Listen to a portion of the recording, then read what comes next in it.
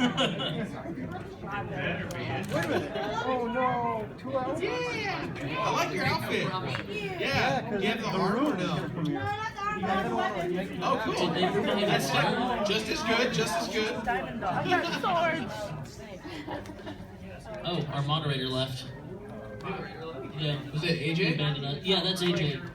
Lol, who are these scrubs? Scrubs. We're not scrubs, you're a scrub. For taking time out of feeding all of the Power Rangers. Literally every single Power Ranger. You look down the guest list and it's like, oh. Red Ranger from season 1, from season 3, from season 4, from season 5, from season 6, from season 7. The one from season 2.5. I mean, Power Rangers ZO, come on. ZO! Yeah, that's a very good show. Best voice. There are 50 plus Power Rangers and be done with it. Yeah. We completely gotta catch them all. Power Rangers. Turn Power Rangers Jirard, into best season of Pokemon. Power Rangers. 2017. The first 3. Yeah, okay, believe. Technically it's 3. Whenever they...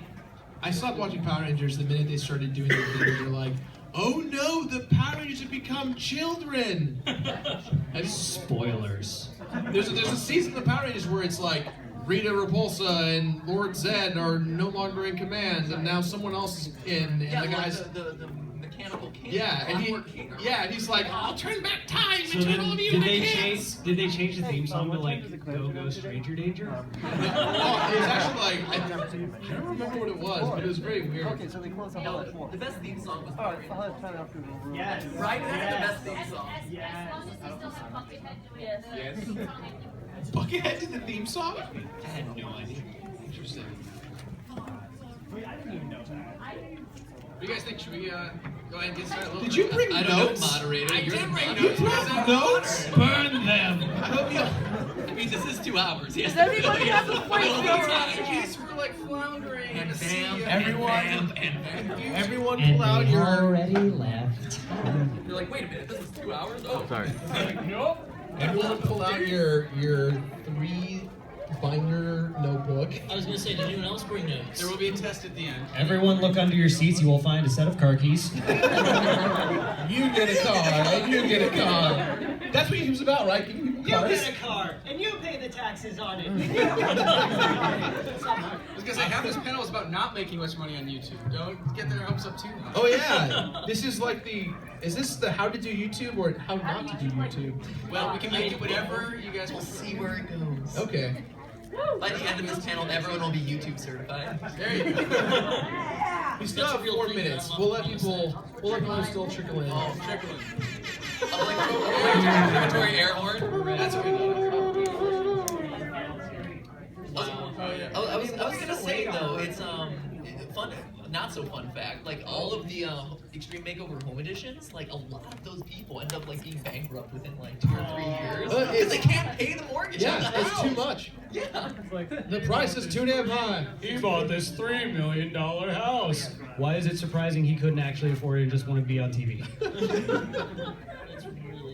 Well, it's like Kitchen Nightmares. Have you seen Kitchen Nightmares? Yeah. Like almost every nightmare that he like rectifies like goes under in 6 months. Have you seen $1 Million Room? $1 Million Room? There's a series, I don't know if it's just on Netflix, but it's about people who spend... New York apartments? No, it's people who like spend millions and millions of dollars on like one entertainment room, and these people are crazy. They're just like, yeah, like money wasn't important to me, I just needed this to be perfect. It's cool because if you watch the ratings in real time, you can see it go down. Just every day I check back, it's like, oh, that dropped a half a star. It's amazing. Oh, the ham horn. Oh, the ham horn. Sorry. This is the panel. This is how to YouTube. What? I have no idea. It's just. It's an air horn app that also comes with. So it's the air horn, obviously, but it comes with someone who says ham. Also. Air horn. Yeah. And then of course. Oh yeah, Uncle Nick is just laughing. So creepy. So in case anyone Technology was has wondering, reached its pinnacle. if anyone was wondering how to YouTube, this is how you do it. We're here to break the myth about YouTube money. This whole thing is actually a paid campaign for the Hamborn app. I wish. This panel on merchandising. Brought to you by Hamhorn. I think we can start. #1 air horn. In all For all your seriousness, though, Hamborn if they contacted me to do a video, I totally would. Right? Hamborn would be amazing. Hamborn We would- or Mountain Dew. You know, Mountain Dew. I would love to do a horn musical.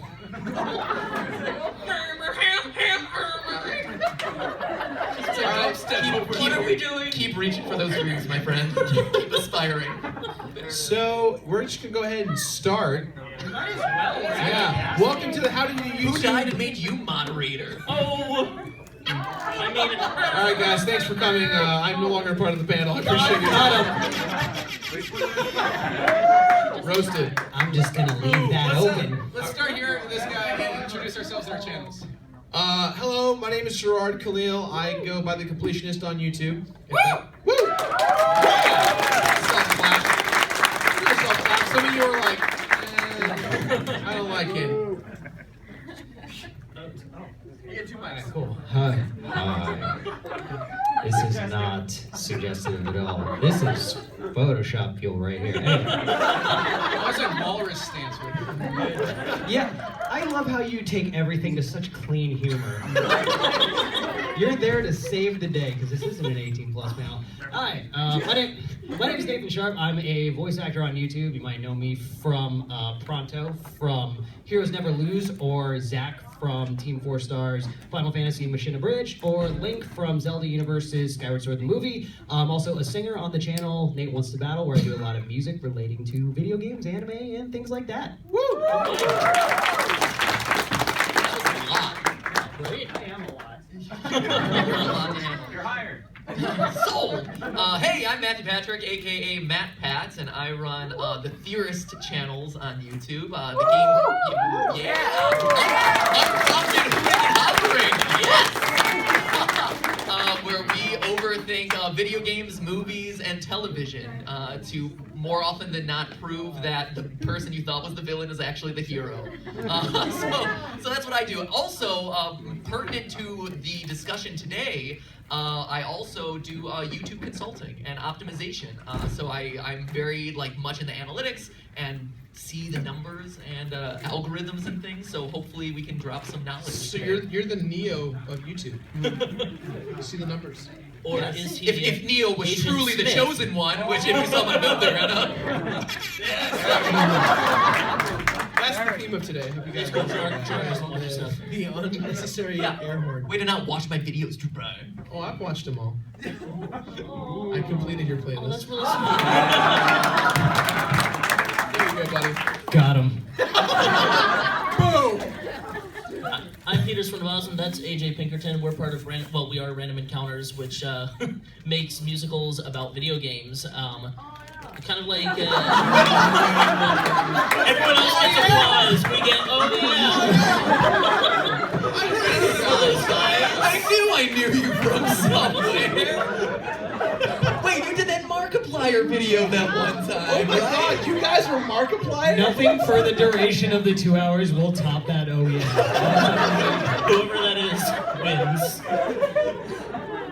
Oh man. Well, thank you guys for coming to How Did You YouTube Like a Boss, the 2-hour special extravaganza. Andre Meadows is also a part of this panel, but he'll be here in just a bit. He's invisible. This is Andre. He was late last Take year, off his so Halloween costume. Yeah, he'll be here soon. Gone forever. So we have 2 hours to talk about YouTube, Matt. Where do you want to start? How about we go to the moderator of the panel, I'm Jirard, sorry. who diligently took notes for this occasion. Homework. Because we have 2 hours to fill. I think we Random should stress, encounters are also here. Oh yeah. we should stress that these are all professionals. They know what they're doing. So it's kind of a joke that I've got notes here today. But I thought I'd bring in case anybody had a freak out moment and we needed something. Okay. So actually, I would like to ask the professionals' opinions here.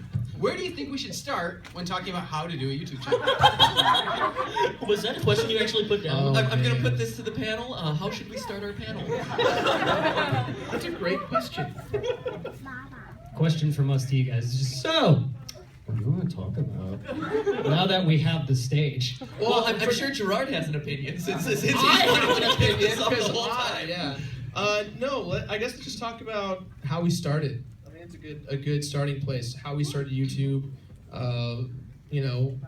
How long we've been doing it, what we've learned along the way, and just kind of go from there.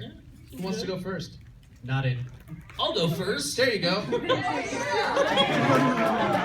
Break that ice. So we started, Random Encounter started YouTube in June of 2011. So we've been around for quite a while. Been around the block. Basically, we did this contest for Sega, which was like show off how much in love you are with Sonic the Hedgehog, and we made a musical about it because no one else was going to do that. And Sega was like, "This is amazing. Can you perform this live at E3?" And we're like, "Sure, of course." And we're like, "Well, there's a niche for this. People actually want this, so we're going to make musical numbers about video games." And that's kind of where it started. It was pretty cool.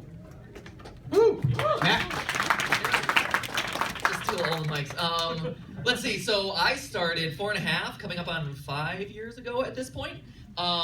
Basically, my YouTube channel started as a portfolio piece, right? Where I majored in neuroscience and in theater, theatrical acting and directing. So, two majors that really make a lot of sense together. The synergy is unreal. Right. Well, the thought process, honestly, was, when I'm doing a show or when I'm doing a character, I'll be able to analyze them psychologically and know if they have an anal fixation or, and I thought it would help me create more robust, realistic characters. And I toured around in theater for about 2.5, 3 years, all over the East Coast. I did about 40 different shows.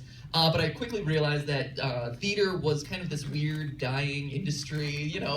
Musical theater was starting to become let's do Ghost the Musical, let's do Spider-Man Turn Off the Dark, which is the one that really killed it for me. So I'm and plus it wasn't going to provide me the stability that I was looking for in life. It was always kind of living out of a suitcase, living paycheck to paycheck. And so I'm well, let me transition out of this career path. And I tried everything. I sent my resume to literally everyone, and they all thought I was the weird theater kid. And I'm no, I directed shows where I managed budgets and, teams of 30 people for months at a time and brought this big, project to completion. I majored in neuroscience. I have this other science background. I know data. I scored perfect score on my SAT, this and that. No one wanted to give me a chance. And so I'm well, I need to create something where I can show them that, hey, I'm a smart kid who can do things that people want to watch. And so I started my YouTube channel as kind of a means to do that, right? Where it's I couldn't show them my theater shows, but I could show them hey, here's something that's well written, well researched, well edited, thoughtful, and then I can use data to kind of help it grow. And so around that time, I moved out to LA, found that the MCNs, multi-channel networks, and that YouTube was becoming a bigger and bigger thing, and that people were oh, this is gonna be the next coming of TV. And I'm hey, well, I can position myself as a guy who bridges the gap between creators and business people, right? Because I can speak the business side of things, but I can and look at the data and analyze it and help people grow. But I can also speak to creators and understand kind of the considerations that have to go into making a video and how challenging it is and how protective you are about kind of the channel that you built. So I got hired on, thankfully, by one of the MCNs. I founded audience development there, and worked with about 20 different top YouTube channels. Moved on to another company where I was their director of digital strategy, all the while doing game theorists in the background. So this was literally nights and weekends. I was staying up till 2 in the morning to edit videos all weekend, and then it would then go to my day job where I would spend 8 to 12 hours, literally 12 hours there. And so it was pretty exhausting. And eventually the channels got to a big size. I consulted with around 100 different channels at that point, and it got to be where I'm hey, I need to make this into as big as it can be. By rolling out new channels that I've wanted to do for a really long time, by rolling out new shows. And so that's where we are today, with game theorists, film theorists, and now our live stream with GT Live. So it's definitely grown, and we still do YouTube consulting and help for creators on the side. So that's where I'm at today. Nate. Yeah. Woo! That was longer than mine. I started off on YouTube, but during the time I was your very stereotypical starving musician living at his parents' house in his 20-something with no bright future whatsoever, and they were really pushing for me to really just like get my real job, as some people still want to call it. But yeah, I was trying to do whatever I could with music, because music is literally the only thing I've ever really known how to do. I grew up playing piano. I did music in college. Before I did YouTube, I was actually on track to be a piano player for like orchestras and stuff, which is really cool, you know, in thought. But now I'm just like, man, that's a lot of work. But like really hard work that isn't fun, and that sucks. And then I started doing YouTube with not the kind of geeky music, but really standard stuff. I was doing like Maroon 5 covers straight up. I was covering like Andy Grammer, whatever was in the top 40 in like 2012. I actually did a Nicki Minaj cover, which you will never find. That is gone and in the depth. Don't look for it. Don't look for it. That was a different channel that's closed, buddy. Rip You're this smart. channel. Just because it's closed doesn't mean it's not online somewhere.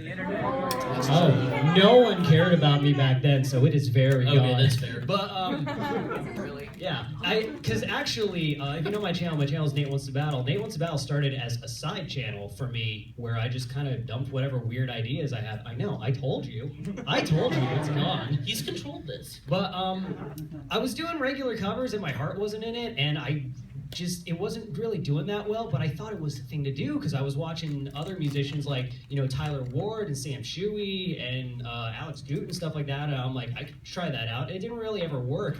And then one day I had the idea to rewrite Payphone by Maroon 5 about Pokemon. It was just kind of a joke idea, and I was just like, well, I don't want that on my serious music channel. Let me just put it on my dumb channel, NateWantsToBattle, that I don't really care about. And then that kind of took off. I was just like, well, I guess I'm doing that.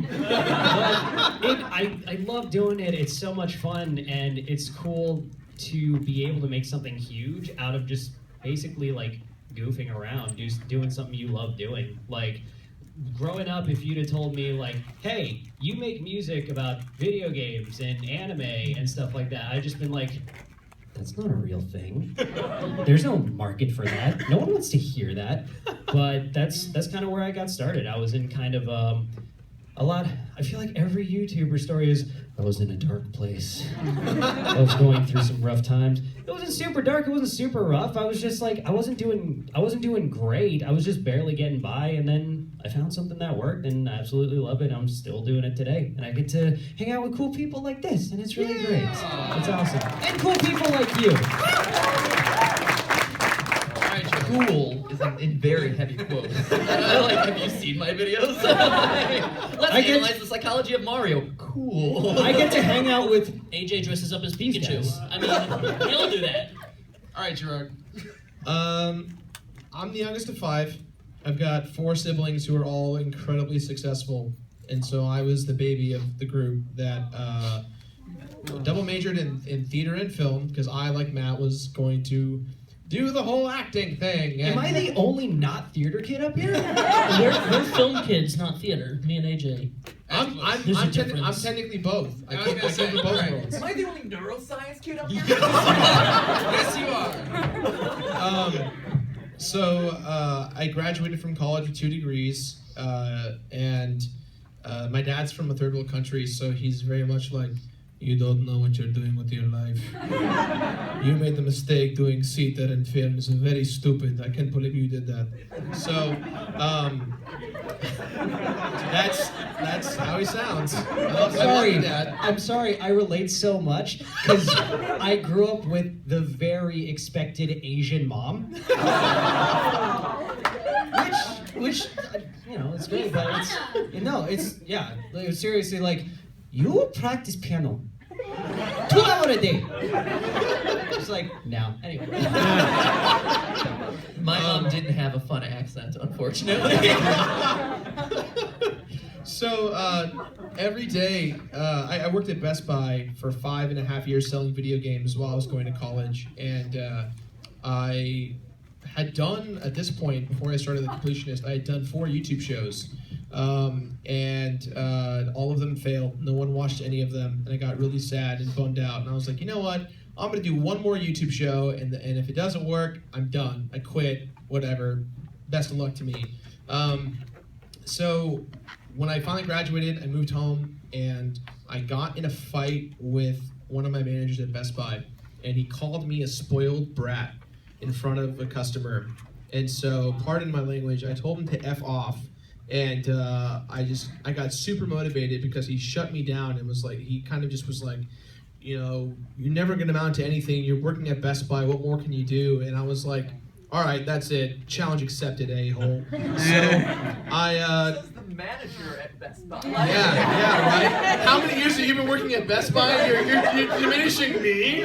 I'm selling video games, but how long have you been here for? Can we get a t-shirt with challenge accepted a-hole on it? It's just me with the thumbs up.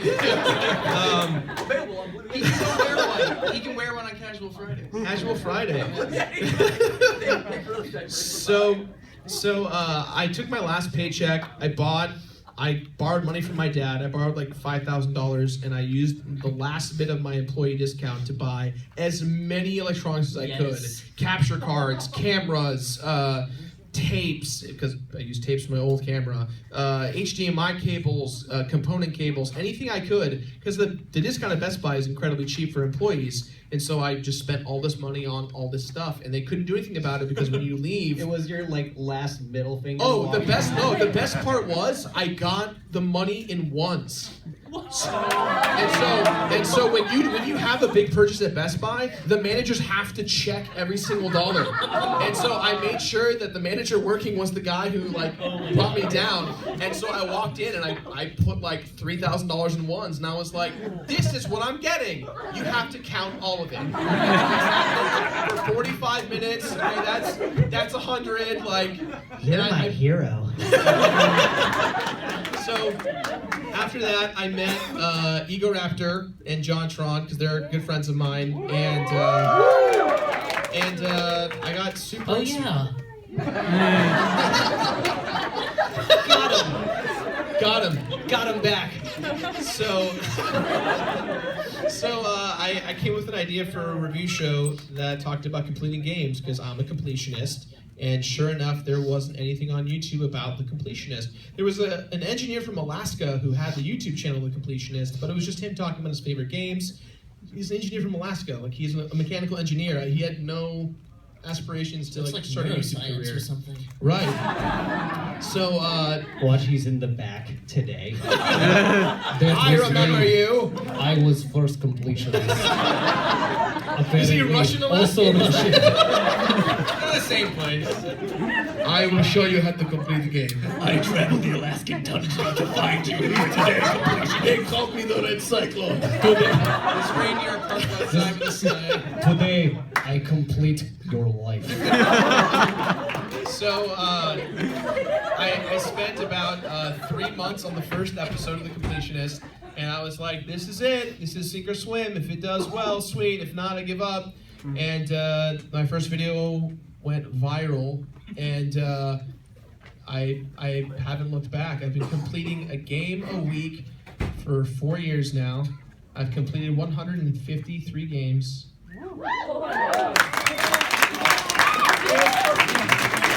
Thank you. Are you okay? I'm okay. I live an incredibly harsh lifestyle. I complete a game a week, which means Friday I pick a game. I complete it Friday, Saturday, Sunday. Sunday, Monday I write the script. Tuesday, Wednesday, Thursday. Friday I'm editing and doing all that fun stuff. And then when the episode goes live on Friday at noon, I pick another game. And I do it again, and I do it again, and I do it again, and I do it again, and I do it again, and I do it again. And I've been doing it for a long time, and it's finally starting to pay off. Jeez, do you ever sleep? No, I don't. Dude, I am like... Which leads to the next question: the lifestyle of the YouTuber. I wanna start a new channel based on my opposite mindset of you because I don't finish any game, and I'm gonna call it the Screwitist. Oh, look, you can do whatever you want. I support that. I'll do a review on the 2 hours I've played of Undertale. Oh, great. There you go. And I'm AJ. If you want to know about me, come to the Random Encounters panel at 2:30. Woo! Where is it? Is it in this room? No, it's gonna be in Hall E. Hall Where they've been doing like music stuff. Hall E. Yeah, we're Hall hijacking E. it for like the last like 2 hours of the day or something like that. Oh, cool. So welcome to YouTubing Like a Boss. If you're just joining us, most of you have been here, I think, the entire time. But these guys introduce themselves, talk about their channel. We are going to save time for Q&A, so if you guys have questions, we're going to get to them. We've got 2 hours. So I was going to say, I think we're doing okay. Yeah, we're doing great. It's Jirard, only Lots been of 20 Q's, minutes. lots of A's. If we could, I'd like to just talk a little bit about some of the things that we should figure out for ourselves before we start a new YouTube channel. So we're going to walk through being a new YouTuber. How many of you guys have YouTube channels, by the way? Okay, I screwed all right. up. So this is a good panel for you to be in, maybe. 18 and older stuff. Oh, that panel's. Oh, that's YouTube Red. Wait, wrong YouTube Red. Wrong YouTube Red. So starting with you, Jirard, what do you think? And we'll go down the line. Some things to address before you make your first video for YouTube. Your first video? Yeah, if you're gonna set up a channel, what are some things you should think about first? Well, I guess it's a different mindset for me just because I came into it being like, I'm gonna conquer YouTube.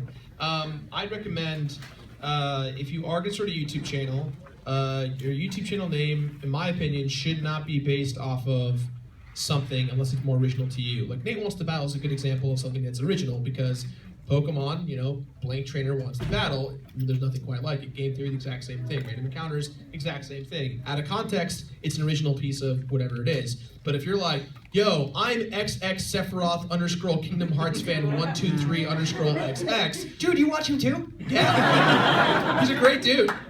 He makes great anime dubs of Kingdom Hearts cutscenes. From Ultimate Life Form. That's the number one thing I'd say is don't make your YouTube channel, don't call yourself like Mario Sonic Man. Be original, call yourself like the Crazy Gamer or like something where it's Real original there, Jirard. Hey, it's definitely still better than XX Sephiroth _ Kingdom Hearts fan 124 _ I want the Crazy Gamer's intro to always have the crazy. Crazy Gamer. Hey guys, how's it going? I'm the Crazy Gamer. Well, I mean, Today we're playing Animal Crossing. today we're going to be farming wheat for the next 17 hours. Welcome to Farmville Part 370.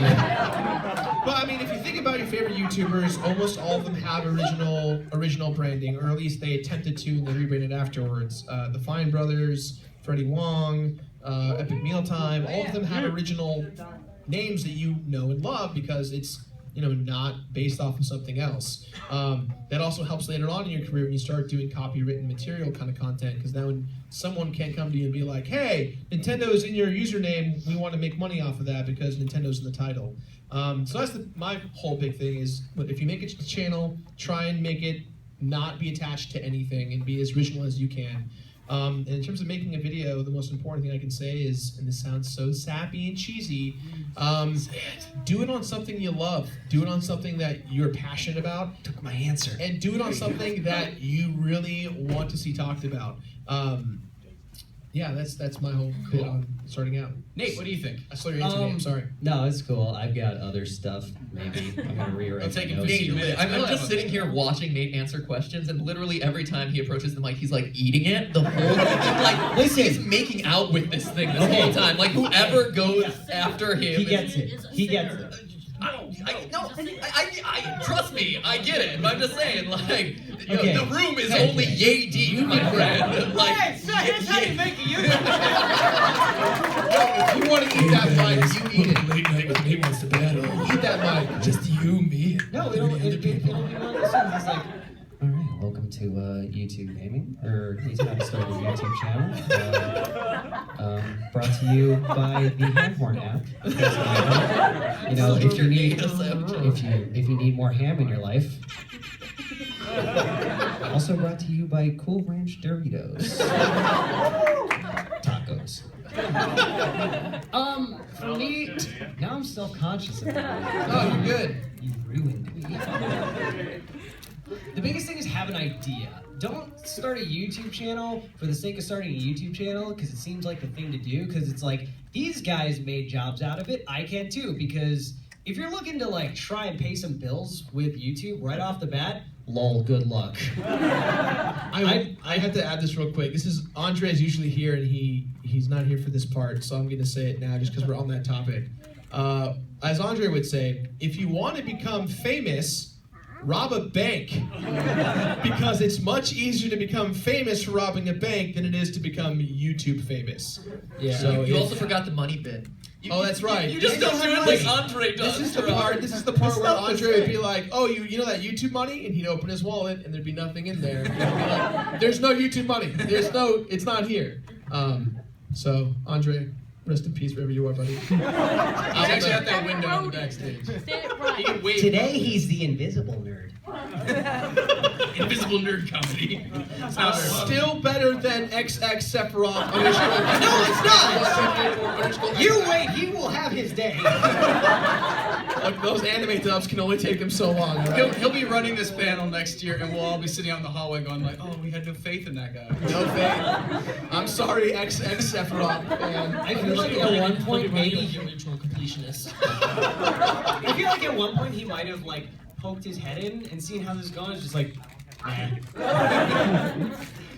but yeah, a big thing is like, and this applies to not all YouTubers, a lot of YouTubers. Most of us didn't get any kind of pay for like the first like year. Like the first year or two, expect to do it just for fun because it's something you love to do. It's something you're really passionate about and have an idea. Like if you want to do Let's Plays, dude, go for it. If you want to do music, go for it. But only do it like starting out because it's something you love doing and it's something that you think is worth sharing. Don't just be like, oh, I'm going to open a channel. Like, I get that all the time. It's like, I started a YouTube channel. Cool, what do you do? I don't know. Like, you should probably get on that. Hey guys, welcome to my Let's Play of Five Nights at Freddy's 4, Part 17. Today we're going to be exploring Chica. I got 10 parts in and was like, nope. Done. Matt, what do you think? 10 fun facts about the cupcake. 10 things you didn't know about Chica's beak. I still have 10 fun facts about the cupcake. 10 through 1. It's a cupcake. Like, comment, subscribe. It has eyeballs. Yeah, so I would agree with everything that has been said before. To go off of what Nate said, especially when we were starting YouTube, don't expect to make money off your blog. Like Nate said, like do it because you're passionate, do it because you want to create, do it because you have something that you want to say, but don't do it because you want money, because that is the wrong motivation, and audiences online can sense that sort of thing and can see that, hey, this is just a shameless cash grab as opposed to something that they actually want to do. So I think that advice is totally on point. The one thing that I would say is focus on what makes you unique, right? So there are a ton of Let's Players, there are a ton of even theorists these days. Like there's a lot of theory channels. You caused a revolution, man. I find rise. so many like, this channel is just like MatPat, but it's not called MatPat channels. Yeah, you started a revolution that's always arguing. Is Mario truly evil? What have I done? Is Mario really Mario? Is MatPat really right about Mario really being evil in his really games? Is Mario's hat actually red? Oh yeah, I love the people who argue the minutiae stuff. Oh my god. Is Five Nights at Freddy's even a game? Is it real? Well, and then there are the theory parody channels, which is like Metal Gear Solid. Is it really solid?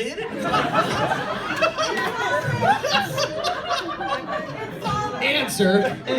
Yeah. FNAF 5, did it actually get released 5 years ago? It's like, what is this? What have I done to the internet? It's your fault, Matt. It's your fault. But seriously, why? Ask yourself the question of why would people want to watch you? And that's not meant to be like mean or like, like you're not good enough. No, it's at the end of the day, it's what makes what you're doing different and unique from everyone else that's out there doing stuff right now, right? Like, if you're doing a Let's Play, what is it about your Let's Play that's going to be different or make you stand out or is going to be funnier? It could very well be your personality, and that's fine, but make sure that you're really honing in on, like, this is my personality, this is why I'm not PewDiePie and Markiplier, or, like, my style of editing is different, my sense of humor is different. If you're doing theories or educational style videos, like, what is your focus? Like, what niche are you talking about? Like me, I tend to focus on, like, science and math. So maybe you're doing, like, history, or, you know, maybe you're doing, like, a literary analysis of things or whatever. Like, that's good ideas. These people up front, they're like, yeah, literary analysis, I can do that. And the channel name could be The Crazy Gamer. All this stuff. Crazy.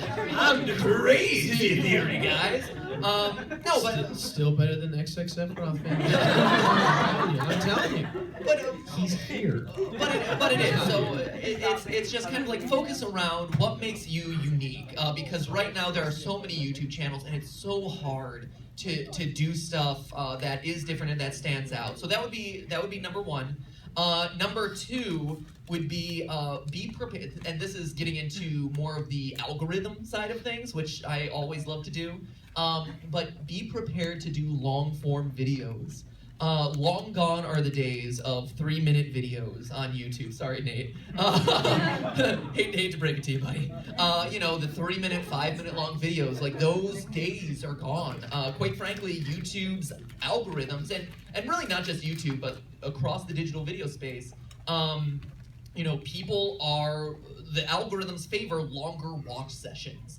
And that means, like, you need videos that are able to drive, you know, 7, 8, 9, 10, 15-minute long watch sessions per video. And then after that video, they're like, man, that was so compelling. I want to watch 3 more. I want to watch 4 more, 5 more. And YouTube's like, wow, this channel's really good. Let's give it more promotion. So that's the thing that you have to be ready for, is not just being able to create videos on a weekly or bi-weekly basis, because that's the minimum of what it takes at this point, which is just, like, soul crushing. Like, it's exhausting. Like, you saw Jirard. He's, you know, he says he's fine. He's not fine. We saw him. He's not fine. But you know, so and for us, you know, I've been fortunate enough at this point to achieve a size of channel and enough money where I'm able to bring on a team around me and have people who are helping to edit, have people who are helping to research episodes, so that way we can produce videos of that length that are super, you know, frenetically animated in the style that I want them to be on a regular basis. But if you're a channel who's trying, you know, just getting started, you know, working with kind of the bare minimum, that's hard to do. And so focusing around things that are, like, more podcasty style, that are long form, you know, focus on storytelling, things that are going to drive long watch sessions, and reasons why people are going to want to watch for longer videos. That's going to help you in the algorithms. If you're just doing, like, a 3-minute supercut of your playthrough of Dishonored, that's just not going to cut it. So be prepared to do stuff regularly on a very frequent basis that happens to be very long. So that would be the other big thing that I would say off the bat. If I'm looking at starting a channel, what else would I do? That's good for now. There'll be more as we go through more questions. Yeah, but to expand on the first thing you said about, like, you know, shareability and stuff like that, a big rule I look at, and it's something I actually learned when I had, during that time, that job of flipping burgers. I was there. It was horrible. But one thing they taught me when I was preparing food is, I'm like, how do I know something's right, or how do I know this is good or whatever? And my boss looks at me and goes, look at that and ask yourself, would I eat that? And the same thing can be applied for videos. If you... Dude, that's real. Right? Real. Dude, So hold real. on, hold on. Okay, I'm not going to remove this. I'm metaphorically dropping the mic, but I'm not actually done. But if you upload a video, think to yourself, if I were a complete stranger and I stumbled across this video, would this interest me? Like, you have to do your best to look at it completely unbiased, as if someone else had uploaded that same video, and say, would I enjoy this? If the answer is yes, then you've probably found something that might work for you. The other two things that I remembered that I wanted to piggyback off of what we said was, first off, going back to the money issue, especially nowadays, a lot of networks, are, you know, giving brand deals out to smaller channels, mid-sized channels, you know, just kind of on a regular basis, and that's, you know, the par for the course at this point. If you can avoid doing them, I would recommend avoiding it, because, you know, YouTube channels function best when they're not doing a lot of like branded videos. And so if I'm a small but dedicated audience around what you're doing, and all of a sudden I start seeing a lot of branded videos pop up on your channel, I'm going to start to kind of stray away from that channel. So just be careful about what you're accepting, because multi-channel, I've seen the uptick of multi-channel networks offering these to smaller channels. For us, I don't think we did our first brand deal until we were at like 2 million subscribers, 1.5, and granted that's like really extreme, because I was very protective of that sort of thing. So like just be aware of that. The other thing I'd say that is very underutilized on YouTube is, you know, I mentioned about having to like churn out content on a very regular basis in very long stretches of time. The other thing that you can think about is partner up with a friend, honestly, and I don't see this enough on the platform, and it's something that I had to do very early on in the channel's lifespan, because game theory videos literally took me 100 hours a week to produce. I would get done with my job, I would go home, I would edit, I would write, I would research, I would script, everything, soup to nuts. And I could only do that like once a month or once every couple weeks.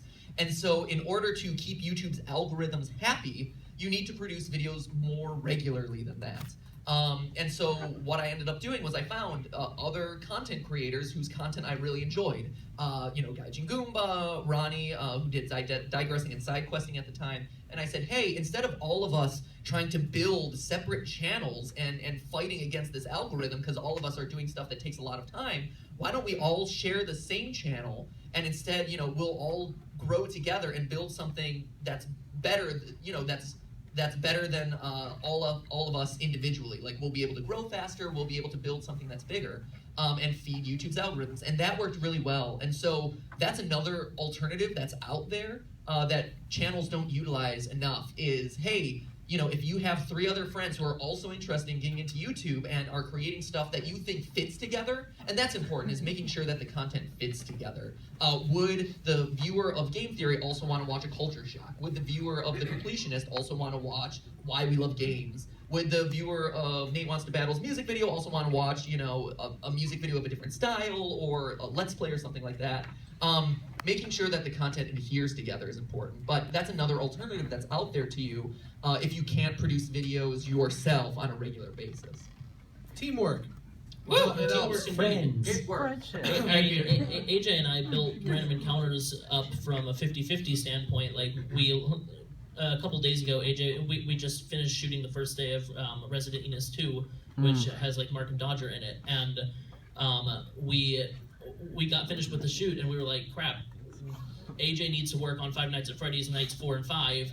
We don't have time to edit this thing. Peter, you're gonna have to edit Resident Evil. And like, that's one of the wonderful things about a 50-50 is if you find people who have complementary skill sets to you and are just as passionate about the material, you can create a much faster moving machine. That goes into what I was about to say as kind of a startup thing. One of the things that big companies really envy about YouTube business in general is how fast it can be, how fast it can change and turn on a dime if it needs to. Don't be afraid to fail. We at Random Encounters, we started a YouTube channel before Random Encounters. Totally failed. And Jirard just told us he started, what, four different shows? And interrupted my... That was amazing. Sorry about that. Jirard started 4 different shows before he got something that struck gold. Don't be afraid to fail, because our biggest benefit, one of our biggest assets is because we're such small teams, you can change what you're doing if you really have to.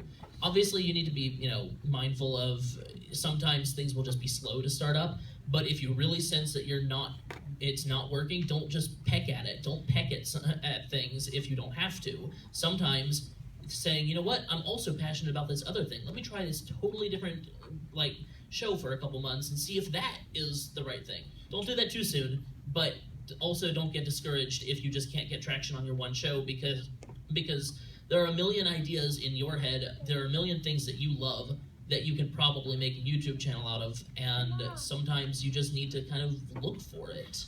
That's I think one of the big things for me is just you can change if you need to, and you have the ability to do that because Jirard's you don't have got a, paperwork. Oh no, I'm just gonna slam dunk to that. Space Jam style. So Stretchy arm. everybody get up. Don't get up. No, don't stay, please. Don't go.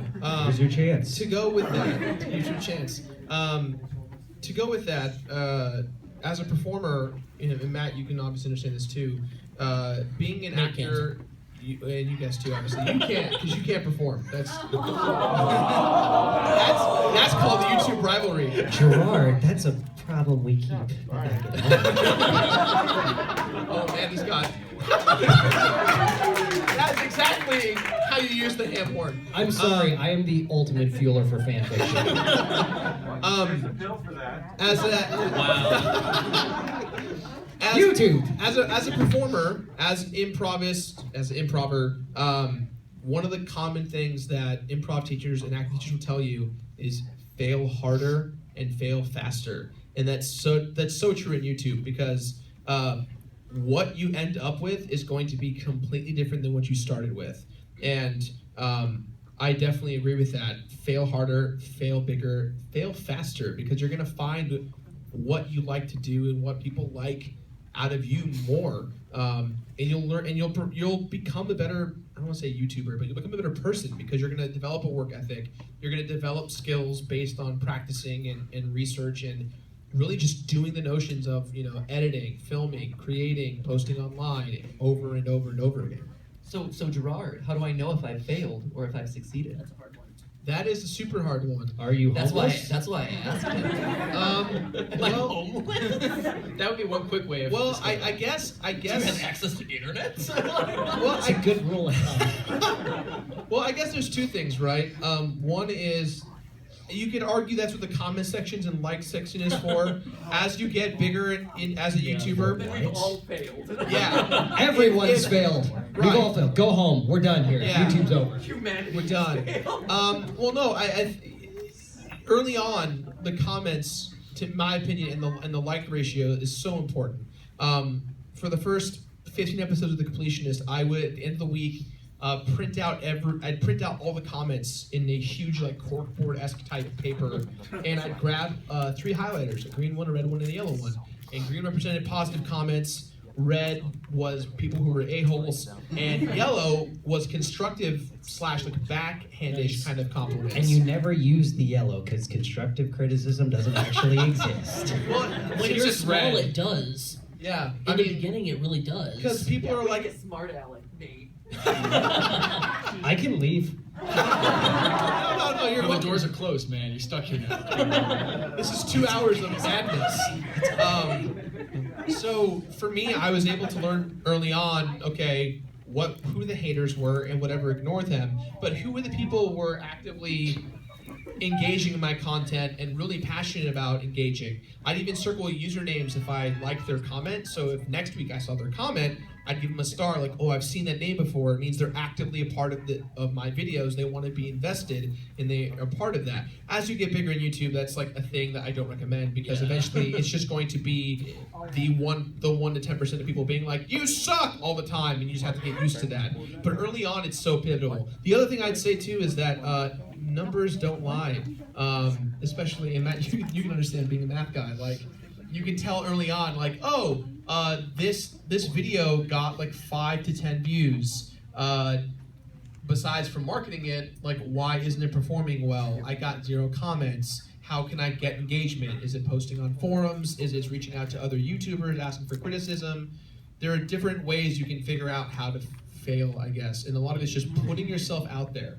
Yeah, and to expand on the whole, like, when you were talking about, like, comments and, like, you know, it lifting up your spirits and stuff, some people are better at dealing with negative comments than others. Personally, when I read negative comments, I die inside a little bit. But something I've found, and this is just... Did you bring the marshmallows? We have marshmallows in Oh, this room great. right now.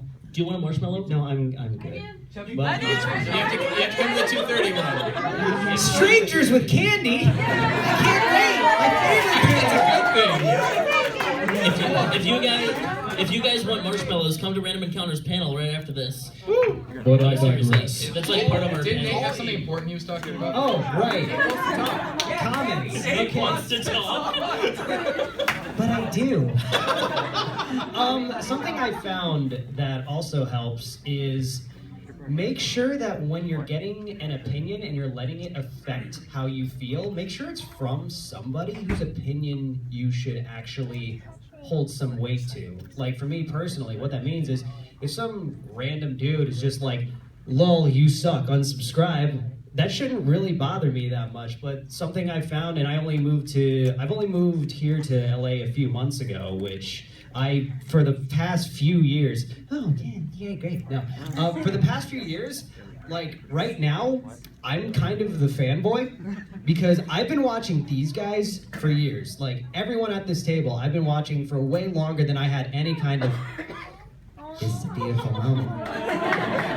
I've been watching these guys before I had any kind of presence on YouTube, and I didn't care about, I want the numbers, I want this, I want that. I just made content that I loved and I felt like other people would enjoy, and it got me here, it got me in touch with these guys, and now I'm able to gauge how my content is based on their opinion and not random comments opinion. And it's good to find people like in your league who do what you do, and someone who's just like, I like what you do you think my stuff's okay? And if they have positive things to say, that always means so much more. Like I was at we were at a party last night, and there was a bunch of YouTube people there, and I was talking a lot to Aaron. Wait, what? What? Oh, what? Oh, good. But I was just making fun of how cool and pop. There were a couple other YouTube people there. Why weren't you there? Why weren't you there, Matt? Oh, Felix was there. I don't know. Why were you were napping, man? But I've basically been in touch a lot more with. 50-year-old. Wow. Oh, algorithms. I need to go to bed because But of the I don't- You algorithms. kids playing your games until all hours of the night? What's a CPM? But I've been in touch a lot more with Aaron from the Grumps, and we actually recently recorded a song together that's coming out in a couple weeks. It's Viridian City from the Pokemon song. You guys know the Viridian song? And you know the one voice is just like, on the road, on the road. He does all of those, and it's fantastic. It makes the whole thing. But we were just talking, and we've been able to just basically, we've been complimenting each other, and he has the nicest things to say about my content, and that's, crazy to me, because I'm like, I've watched you for years, man. And he's just, it's one of those things where it really just means so much to be able to get that feedback from someone who you hold in such high regard. So don't let random people who you don't even know bring you down. If someone who you really, really respect is bringing you down, then it might be a problem. But just really don't read too much into it from strangers. Unless they have marshmallows. Even if they have marshmallows, especially if they have marshmallows. From an analytics standpoint, one of the pieces of data that YouTube makes accessible to creators that is really helpful, and something that I found really helpful in the early days of game theory, was the retention time graphs. I don't know if all you YouTube creators out there look into your analytics. And you might understand watch time and views and subscribers. You might look at traffic sources or things like that. But retention time is one of those ones where if you're looking at how viewers are watching your videos and where they're responding, where they aren't, that's a hugely valuable graph to look at. So to give you an example, the first 5 to 7 episodes of Game Theory actually had a segment at the very end called, and now it's time for MatPat's final thoughts. Because I thought, I'm going to model this after Jerry Springer's final thought, because for whatever reason I thought that was a good idea. Your button at the end of the video. It's the conclusion. It's like the conclusion that wraps up everything all nice and neat, and it's like, this is the feel-good part where you get the moral of the story. And I did that. And I noticed in the audience retention graph, every time I would flash up the MatPat's final thought graphic, my retention time would start to dip much faster than it had for the episode proper. Like as soon as I flashed up the graphic, it would dip by like about 15 or so %, and the decline would actually increase. And so I'm like, that's weird. So I started to run a test on the channel where I'm like, I'm not changing anything about how I script the episodes. I'm still gonna have that concluding paragraph where I'm wrapping things up and it's kind of like the moral of the story, here's the next step. But I'm not gonna show the graphic and I'm not gonna call it out as MatPat's final thoughts. And I did that for the next couple episodes, and I found out that retention time actually stayed the entire way through the video just by making that one small tweak. Because, and what I can only assume is that me showing up that graphic was telling people, hey, the video's over now, or the video's wrapping up, you can leave and go watch something else. And so by changing that, all of a sudden I was able to drive viewers, I think it ended up being like an extra minute or two deeper into videos on the whole, simply by something as simple as that. So as you're looking at kind of like, where am I losing people? What episodes are more compelling to people? Like what videos really got audiences engaged versus not? Look at the retention time graphs for those, because it'll show like, you know, when I did, even to use a recent example, when I did a video about esports, esports versus ESPN, the rate at which people like were dropping off of that video or kind of like clicking to watch something else was actually higher than a typical like Nintendo video or like a Five Nights at Freddy's video, which kind of like as soon as they click on it, they like watch the entire thing. And so it gives you an idea of like, hey, I ran an and approach each video with kind of like an experimental mindset of like, what am I looking to learn off of this video? And so I learned that, hey, maybe sports related videos aren't necessarily something that my audience is going to be interested in, or, you know, it doesn't appeal to quite as many people. Or like the way I crafted that story wasn't strong enough or things like that. Whereas like Nintendo, like as long as I tell a compelling story all the way through, people will watch.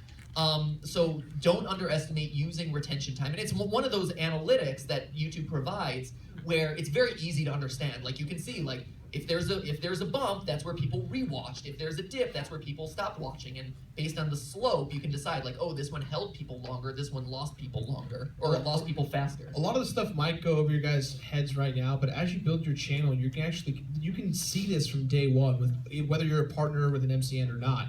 This data is available right now. You can go in there and look and go, oh, okay, I can understand that my audience likes what I'm doing or not based on, you know, all the retention time of the video. Yeah, that's a huge thing with content creation is like no matter what, from day one to, you know, the very end, we're constantly experimenting. It's a constant change. Yeah, because no one, I mean, like I feel like there's no 100% surefire way to like get everything down. It's not about winning. It's not about the perfect formula. It's just about making changes to see what works better, and then just continuing to improve and improve and improve and find what works for you. Like my content has evolved immensely over time just by like, well, let me try something different here. Okay, that worked out. Let me try something different here. Okay, everyone hated it. I'm not gonna do that ever again.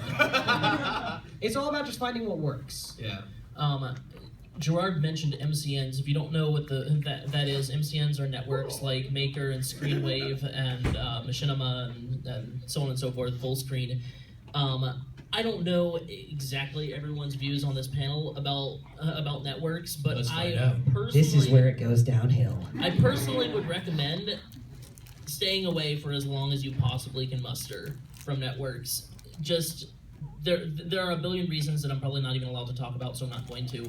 But I definitely would advise, you're not going to make money on YouTube in the first year anyway, so what's the point of signing up with a network that is going to take some of that money away and give you supposedly exposure? So I would advise just being really cautious, and every contract that anyone ever offers you, or every offer that anyone ever gives you, just look into it and really read all of the fine print. Read every single word. Every word. If you don't understand it, find someone who does. It's true. It's so important to understand the 30-page document you're about to sign. And it doesn't need to be 30 pages. It can literally be one, but you need to tell them, hi, I'd like this 30-page document to be 1 page. you'd be surprised how many people are like, okay, here's the one-page version. You're like, great, They thank have you. the template ready. Yeah, why even hand it? But the thing is that people don't know. They think they have to sign the really big contract. They have no idea. Read every line, read every word, and if you don't understand it, find someone who does. Yeah. There's got to be a family friend or a friend of yours that has a lawyer buddy who'd be willing to take the time to just read this paper and analyze it. It's trust me, it's so important. And I'm really on board with what he said. Just like for smaller channels, there's not much a network can/will do for you, because a lot of networks like to play favorites and they like to pay more attention to the big dogs, the big money makers on their network, whereas they sign other channels a lot of times just for the sake of doing it. So right off the bat, a lot of people are like, what network should I sign with? And I'll be like, how big's your channel? It's like, not that big. Be like, none. Don't bother. There's only so much they you can just do. become a number and not a person, and that's the big thing. And that, I mean, Matt, you waited how long before you went with the network? You I think out of anyone I've known, you've waited out the longest in your career to sign with the network. And Yeah, I didn't sign with a network until I was at 1 million subscribers. Yeah, just because I knew that at that point I had negotiating power. Right. You know, where it's like, hey, I'm a valuable commodity, and so people will, take a lower percentage or not take a percentage of my ad revenue. That I bring value to the table at that point. Yeah. So. Yeah, And- go ahead. I was just gonna say, but to add to Matt's point, YouTube is also a forever changing medium, right? When I started YouTube, networks were very selective. You couldn't just sign up. They were like, there was extensive selective processes. You had to have a certain amount of subscribers. You had YouTubers vouch for you depending on the network. And you needed to have like several references to back you up. Nowadays, it's like, oh, you have 1 subscriber, join our network, and it devalue that you become a number and not like a person to them anymore. Yeah, when I basically right off the bat when I started up my channel, I signed with a network because it seemed like, oh, that's so cool. It sounds so official. I'm a part of a cool group. Yeah, and then My stuff will be featured everywhere. Wrong.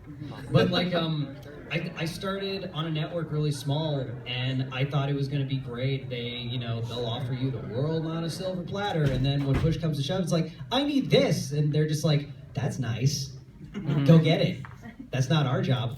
And I signed very early, and then I was stuck in a situation on YouTube that I wasn't happy with for 2 years, 2 very long years, and I was just like, I'm either not going to sign with a network or I'm going to wait for a network that is going to make it enticing. And while I was still with the network that I didn't like, a whole bunch will get in touch with you. They got in touch with me just because they want to sign whoever they can. And I'm just like, you're just like every other network, you're just like every other network. And then another network that was a lot smaller contacted me. Then it was a lot more personal. It wasn't like, oh, here's our template email. It was someone who was part of a network that knew me through a mutual friend. So he contacted me personally, and he's just like, hey man, I know you're on a horrible network. This is what we're doing, and I know. It's just like, well, because you're on this, so we're assuming that it's horrible for you. I'm like, no, you're right. You know what you're talking about.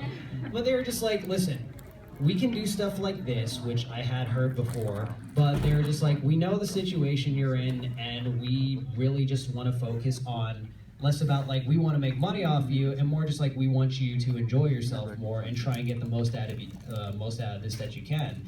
And the other thing they offered was, instead of 2 very long unbreakable years, they were just like, we do 3 months. If you don't like it, then leave. No strings attached. I was just like, well, that's a lot safer, so I'll try it. And I've been with them for the remainder of the time, and I've absolutely loved it. So it's just finding what's right for you.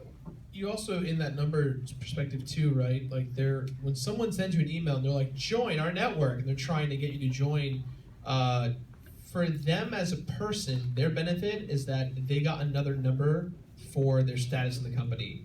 So if I'm working at an MCN and last month I signed 10 channels. However, this month I signed 50, and out of those 50, 10 were incredible channels. The network is going to value my job as what I just did as a good thing and give me a promotion or more money. So it kind of makes the network poachers a little more hungry to sign a bunch of channels, because if they do good, they make more money. Like it's a job incentive. So you get a lot of impersonal emails from a lot of different people. Like, no matter how many times you say no, they send the exact same email the next day without changing a thing. Platinum TV, I get 17 emails every 3 or 4 days. And it's like, we watched your YouTube channel, that one video gamer. We like what you do. Please stop sending me emails. We really like your channel. You should consider joining us. I don't think you understand. I've already said no, and I'm okay. You really should consider joining us because we'd love to. It's like they don't listen because they're just trying to hit their quotas. They're trying to make money off of you. And you, again, you're just a part of a statistic that's trying to embrace and make their job better. Yeah, but also that network I was with for 2 years that I hated, that I finally got to leave. A week later, I got an email from them saying, "Hey, we really like your channel. You should consider signing with us." I'm like, I did not know that. do you have any idea the vast mistake you've made? I would comment, but I'm so distracted by this little sheep in the second row. Oh my god. What's a little llama? Here. Is it a sheep or a llama? Come on, real quick. It's a sheep. Not to call you out. What is that? A sheep llama? Is this a thing? What is this? I don't know. A shlama? Is this a known thing? Is this a character that I should know? It's so cute. Alpaca! Okay, it's an alpaca. Sure, it's an alpaca. Is it a specific alpaca that I should know, or is this just like a cute? It's cute! It's an alpaca, I know. But like, Hello. Cusco. Trying it out on YouTube. I'm sorry. Okay, find your light, alpaca. No, is this like a character that I should know, or is it just really adorable? It's just really Yes. adorable. Let the woman speak. She has the conch. She purchased it. The she floor is should hers. know. They're just a plushy set of alpacas. I like how we set up this big thing. It's like, she has the floor. All eyes on her. She's like, Tell us your thoughts about YouTube MCNs. Don't do that. no, we just like set up this big thing. She's like, it's an alpaca. Look at it. It's got a little like Very bow good, tie, very a little like earmuff. Sorry, like there's like a clear shot in my line of sight about you're it. just like, it's a. you. Sorry, okay. Anyway, thank you so much. So, Give the alpaca a round of applause.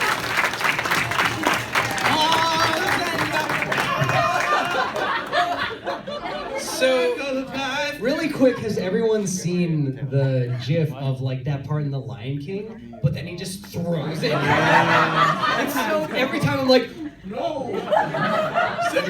It's so. So that What was were we the talking first about? question. Good job, guys. It's been an hour. First question. We're at 1 hour in. Good job. We got through one. Yeah. I think you guys are probably itching to ask some of your own. So let's get to that. If you guys feel comfortable, I think I'd like to Yeah, let is them there, take is there I'm any other never topics you want to comfortable. hit on that before we... Only one person has questions. Right? All right, you're gonna have to yell your question for us, but go ahead. So I had a couple channels, but I couldn't edit because I couldn't find editing softwares that are good. And I don't have the money to buy a really high-end one. What would you recommend for... Excellent question. The question is, without spending a ton of money, what editing software would each of you recommend? Are you a Mac or PC user? PC? PC user. Okay. Okay. This is going to sound really lame and stupid, but it actually is good. Every version of Windows comes with Movie Maker. I love Movie Maker. Movie Maker. I'm so for real right now. Yeah, My Let's Play Movie channel, Maker- all Movie Maker. It's great. Movie Maker has a lot more tools than anyone realizes. It just takes a lot of patience because it has a really bad interface. So you're just like, I don't know how to use you. But you're free. But you can get that sweet diamond swipe. Oh yeah, that's a really good one. My That's favorite, how- my that's how you favorite know is it's real. the green background with the like triple crossworded text that says like fate. Like it's free. It's literally free. So and if you're a Mac user, I don't know if they do it anymore, but there's iMovie or even like Final Cut X is only like $200. I know that seems like a lot, but That's it's a much. lot, Final Cut 7 Studio costs $5,000, I so was trust me, gonna say. $300 There- is definitely worth it. There's actually a video editing software that a lot of people don't know about called VideoPad. Does anyone know what that is? Yeah, exact. Oh, one person. Oh, yeah. Yeah. So VideoPad, it kind of works like Adobe Premiere or Final Cut or what's the Sony one that crashes all the time? Vegas. It kind of has a similar interface where you can go really into detail about where you want things placed and stuff like that, but I'm pretty sure, from what I've heard, it's a free trial, and the limitations are that you get a pop-up that says you're still using the free trial, but it's like forever. So that's basically free. WinRAR. It's WinRAR, yeah. Yeah. Then there's the one guy who pays for WinRAR, and you're just like, why did you do that? It's free all the time. Because of regular end user Well, license agreement. The other thing too, though, is that nowadays, because Adobe has adapted to the times, they have a Netflix-esque service for all their stuff. So you can get the entire Adobe suite for $30 a month. That gives Sign you up now. everything. No. It's 50, okay, for the whole thing. You can get one app You for get one 30. product For for 30. For 30. His point still stands though that for Too $50 you It's can make still your, better than your spending $5,000 on and 7 you can programs. edit it. You don't need a month to edit your video. Sorry. Don't do anything Yes, we are. illegal. It's our panel. We can say whatever we want to. If we say pirate, we can say Nobody pirate. listen to him. He has no idea what he's talking Things about. is bad. So anyway, what I would say is, first off, if you have to choose where to dedicate money to, spend it on sound rather than video. Yes. Video is a nice added benefit, but like you don't need the highest quality cameras, you don't need like super like frenetic animation or editing, things like that. But if your sound is bad, people will click off of your video immediately. Yeah. So buying a good mic is worth its weight in gold. So definitely do that. So that would be like the first priority as far as where you spend your money. And then as far as, and to kind of mirror what everyone else here said, when I started Game Theory, I started on Corel Video Studio, which was, again, just like the default thing that was packaged with the computer. It had no more than 2 layers. You have so much patience.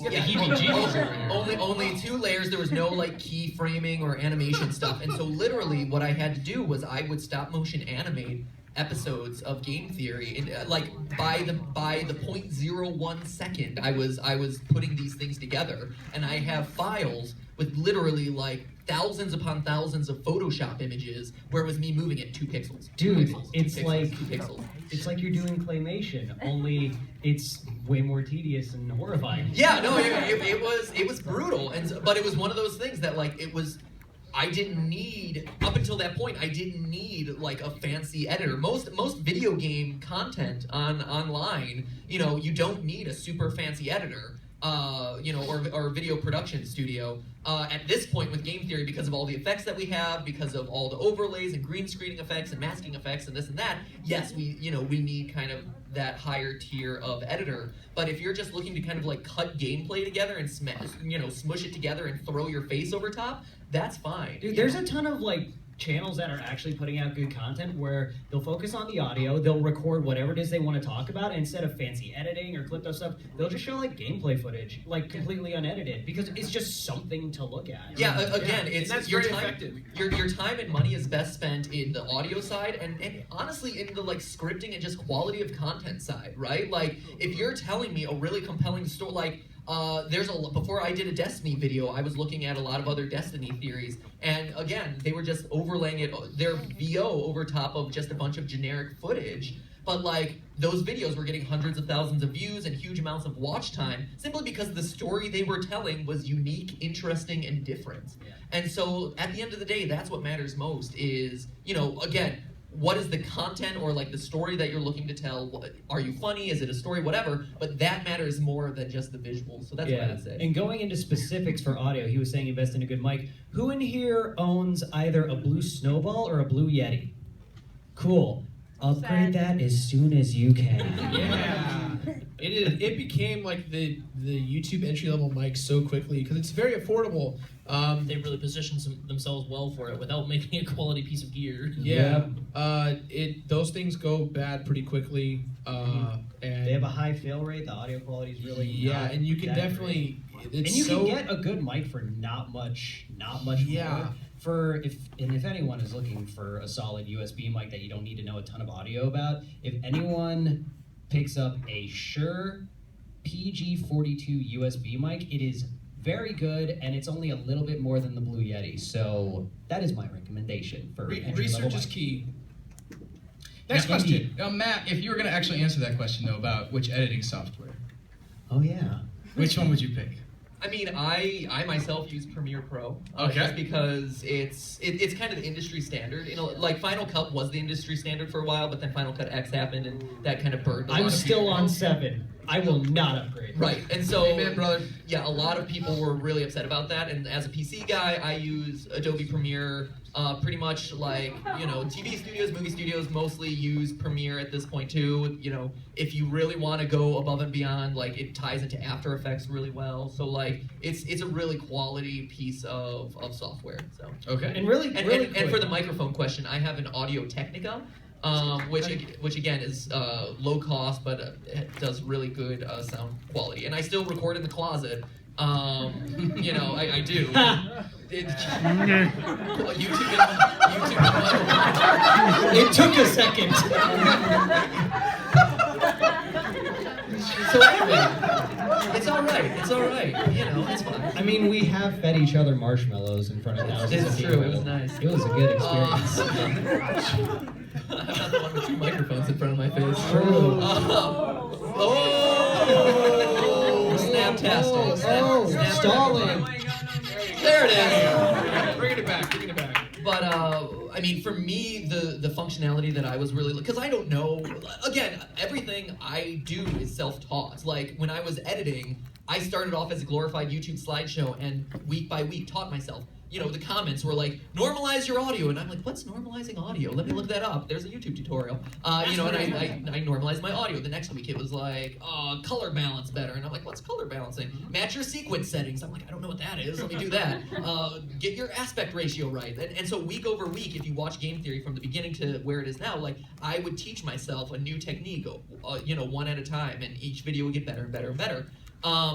And so sound was always kind of that mysterious thing. I still don't really have a good understanding of sound, but I did know that I needed a mic that captured my voice coming this way and not the echo coming from everywhere else. So I got a cardioid mic, and I learned about that sort of thing. So, you know, that's what I would say is, as long as you get like a decent microphone and have an understanding of what your limitations are and what you need, that'll go a long way. And I record in the closet because all of the clothes suck up all the excess sound, and it doesn't That's a feed real back thing. in. Mm-hmm. Carpets and clothes are great sound dampeners. Mm-hmm.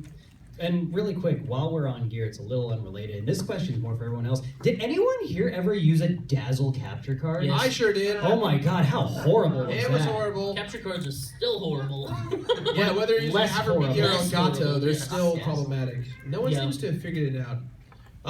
Peter, I didn't get an answer out of you yet. No, you didn't. Oh, damn. I'm definitely with Matt here. Oh yeah. Oh yeah. There you go. I'm definitely with Matt here. Premiere is, and I'm sure Matt doesn't like the subscriptions that Adobe is doing, but $50 a month for a couple of years is still cheaper than buying the actual stuff. And Adobe has such a really good suite of tools. It's really strong. Also, regarding all that like talk about recording in the closet and stuff, for the kind of music that we do, because we do musicals, I actually prefer to put us in like a really reflective room. We record in the middle of our living room with like this long stretch of tile and wood and stuff that just like reflects the sound back into the microphone, which sounds like a ridiculous plan, but that's actually But how a it lot feels of real. It feels yeah. like that Yeah. is where it's being. And I think that's really important, is knowing like it's not just for audio, but I mean when you can kind of like match what you're doing technically to what you're doing in terms of the content that you're creating, you can do some really cool stuff with it. But anyway, Premiere, After Effects, so on and so forth. It's just a great suite of tools. Yep. Next question. Yeah. Okay, before you pick the next question, though, you must say senpai notices and then point. Senpai notices all the way in the back. All the way in the back. With the hat. And Foxy. Yell it out. Foxy! Security man, what's up? Okay, adorable. so you mentioned the Blue Yeti microphone, and that's the one that I've got. What did you mean by it goes bad? You might get lucky and it won't. They have some of the worst lifespans of just longevity of usage. So it's because the Blue company hasn't really figured out how to correctly get the frequencies through USB the way that they should. So especially if you have the Blue Yeti that has the knob that like changes what kind of mic it is, like the way that it receives the sound. There's some Pro, right? Yeah, it's Blue like Yeti Pro or yeah, something? it has the circle and it's like it's Yeah. a cardioid mic now. It's this kind of mic. The fuses in those go bad because there's not enough power through USB, and so those things have a super high fail rate. And what they just keep doing is releasing a newer model, and they're like, "Oh, we fixed it. Don't worry about it." And so Blue Yeti fans are like, "Great, this is the new one," and they get it, and they're like, "Well, it's not really fixed, but hey, it's still good." And so they kind of get this loop of having people spend the same amount of money on the same product every year, changing it out. So you're lucky in that case. Mine lasted about 6 months, and I said, I'm gonna get Audio-Technica in the interface, and I did that, and things were much easier. And that being said, even if you have the Blue Yeti, if your idea is good, it doesn't matter as much if you have the perfect equipment. Like, I If it gets personally the know job a done, it channel gets the called job done. Midnight Marinara that does awesome stuff. They Raise your hand, David. They use a Blue Yeti, and like Great it doesn't podcast. matter because he's great at what he does. He has a good concept. What's your elevator pitch? I do audio dramas based on horror literature and period costumes. There we go. That's cool. And it's something that people just don't do. He does the radio dramas are really well produced, and the fact that he uses a Blue Yeti, I actually make fun of him for it. He's my friend. I make fun of him for it probably once every 5 months or so, but it doesn't matter because his stuff is good. Yeah, so there's like- that too. Yeah, we did a YouTube music panel yesterday, and one thing I did say is I did stress if you have Blue Yeti, upgrade. That's if you're looking for really good quality and you're stressing your audio quality. But another thing I said was if your content is good enough, if your idea is interesting enough, like there are tons of like huge music videos and like of people that they took it on their iPhones and it works out fine because if the talent and the content is there, it doesn't need to be all shiny and polished. It's just the fact that it's there. Granted, it's a lot nicer to listen to if it's definitely done. helps. Don't use that as an excuse to not do a good job. Don't think because you're gonna get XYZ Let's Players mic, you're going to sound like them. You're gonna be as funny as them. A mic will not make you funnier, more interesting. It will only make you sound better.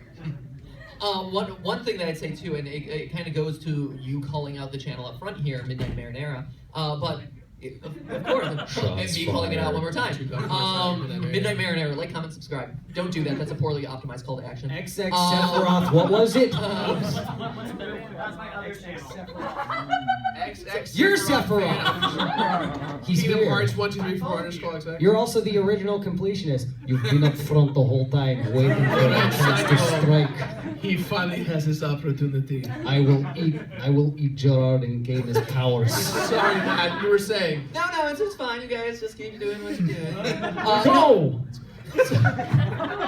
So what I was gonna say was, having an elevator pitch for your channel is really important, right? So a lot of times I talk to YouTube content creators, and I'm like, okay, so who are you? What does your channel do? And it's like, well, I do sketches, and I do gameplay, and then I do vlogging stuff occasionally, and there's a music video in there, and it's like, no, like, if you can't describe for me what you do in a sentence or 2 sentences tops, then the viewer can't tell what you do in that amount of time, right? At that point, you as the creator don't really know what you're doing either. Right. And if you're like, I have a Let's Play channel, a review channel, tech review channel, a vlog channel, it's like, great, those are all cool things. Pick one and be good at that one thing first before you branch out and stress yourself out making 9 channels that don't need to be made. Yeah, like when you ask them and they pitch all that, and you're just like, so you haven't decided what you're doing. They're like, no.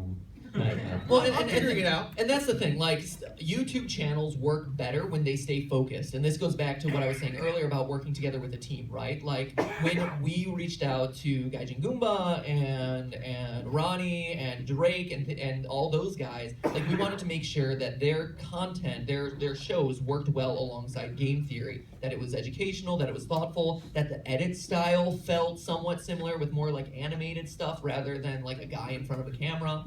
And so that was a really important consideration because if you can't summarize what you do in a sentence, then all the people who watch you can't summarize what you do in a sentence. And so it's like, oh, why do you watch PewDiePie? Oh, because he did this funny video one time. Like, think about like if people are sharing your video via Twitter, what are they going to be saying about your video? And if you can't describe it in a short amount of time, like they can't either.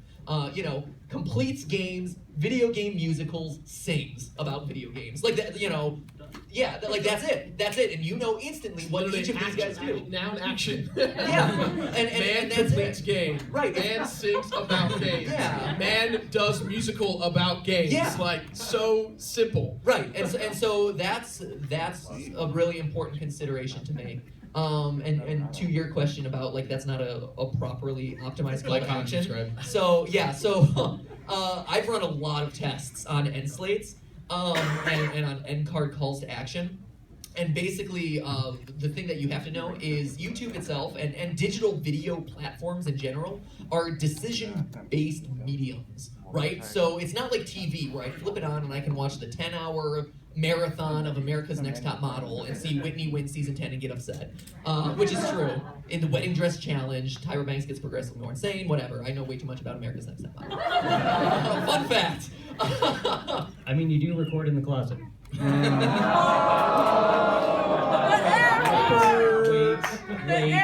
Wait. Sick burn. This is a big build-up. There we go. Feels so good. that one had a little longevity to it. Apply water to burned area.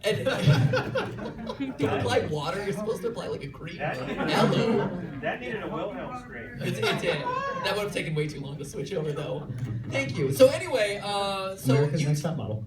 Yeah, going back to America's Next Top Model. TV works. I flip it on and I can sit back and watch it. I can do things on my computer, whatever, and it just plays. And it doesn't matter. I don't have to make decisions. Netflix works a lot the same way. I flip on Friends and I can watch all of the seasons of Friends, occasionally hitting like, are you still there? Yes, I am. I want to see if Ross and Rachel get together at the end, okay? YouTube doesn't work like that, right? YouTube, I have to know ahead of time what video I'm going to next. The video ends, and yeah, there's an autoplay, but maybe I don't, like YouTube's autoplay system isn't really that good. So I need to, after that video ends, I need to know I'm going to the search bar and I'm typing in Markiplier. I'm going into the suggested video and I'm clicking on one of those videos. It's a search website. Yeah. And it's so a place to look for something that you're looking for. Right. And so each video I then watch after that, I have to actively choose to do. And that's exhausting for viewers. That is a really hard system because I don't know if you know the research about this, but decision fatigue is a real thing. It's why Steve Jobs always wore a black turtleneck. It basically goes that each day you start off with a certain amount of decision-making energy, and every decision you make depletes it. And so by the end of the day, all you want to do is veg out on the couch and watch Friends. And so you want to make all your biggest decisions in the beginning of the day. So on YouTube, the easier you can make those decisions for the audience, the better. Because then all of a sudden they're like, oh yeah, that does make sense. That is an easy decision to make. And so if at the end of a Five Nights at Freddy's music video, Nate's like, hey, you liked this Five Nights at Freddy's music video, here's another Five Nights at Freddy's music video. People are like, oh yeah, that makes sense. I'm gonna go do that. And so you've made the decision easier for the viewer. And what ends up happening is if you suddenly say like, comment, subscribe, follow me on Twitter.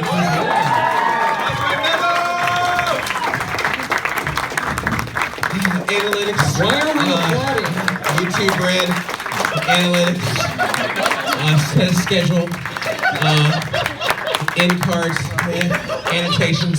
Cards. Why are we applauding? He's been here the whole time. Yeah. Oh yeah. It's a really dark room. You couldn't really.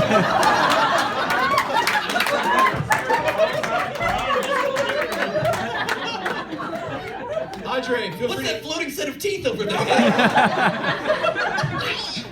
I'm trying to give you a new Freddy's theory. That's what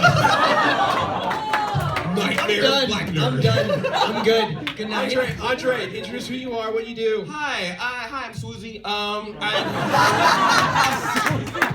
Andre from the YouTube channel Black Nerd Comedy. I do rants, reviews, and internet stuff, all talking about 80s, 90s retro culture, as well as all the reboots. I was one of the 5 people that saw Jim and Holograms, and As well as pixels. You're more of a man than I'll ever be. And then I do that for you guys, and thanks for having me. I'm sorry I'm late because it's not CP time. It was because I was moderating the All That panel where 52 members of All That showed up. Oh my God! It was like 17, but it was a lot of people. Wow. And so yeah, it went crazy. Theme song got sang. Good burgers were thrown around. But enough of that, sir. Let's talk about something fun like YouTube analytics. We were actually just answering questions from people in the audience. Yeah. Why'd you pick the next one? Don't What pick- is that? Don't pick- What is that? Get out.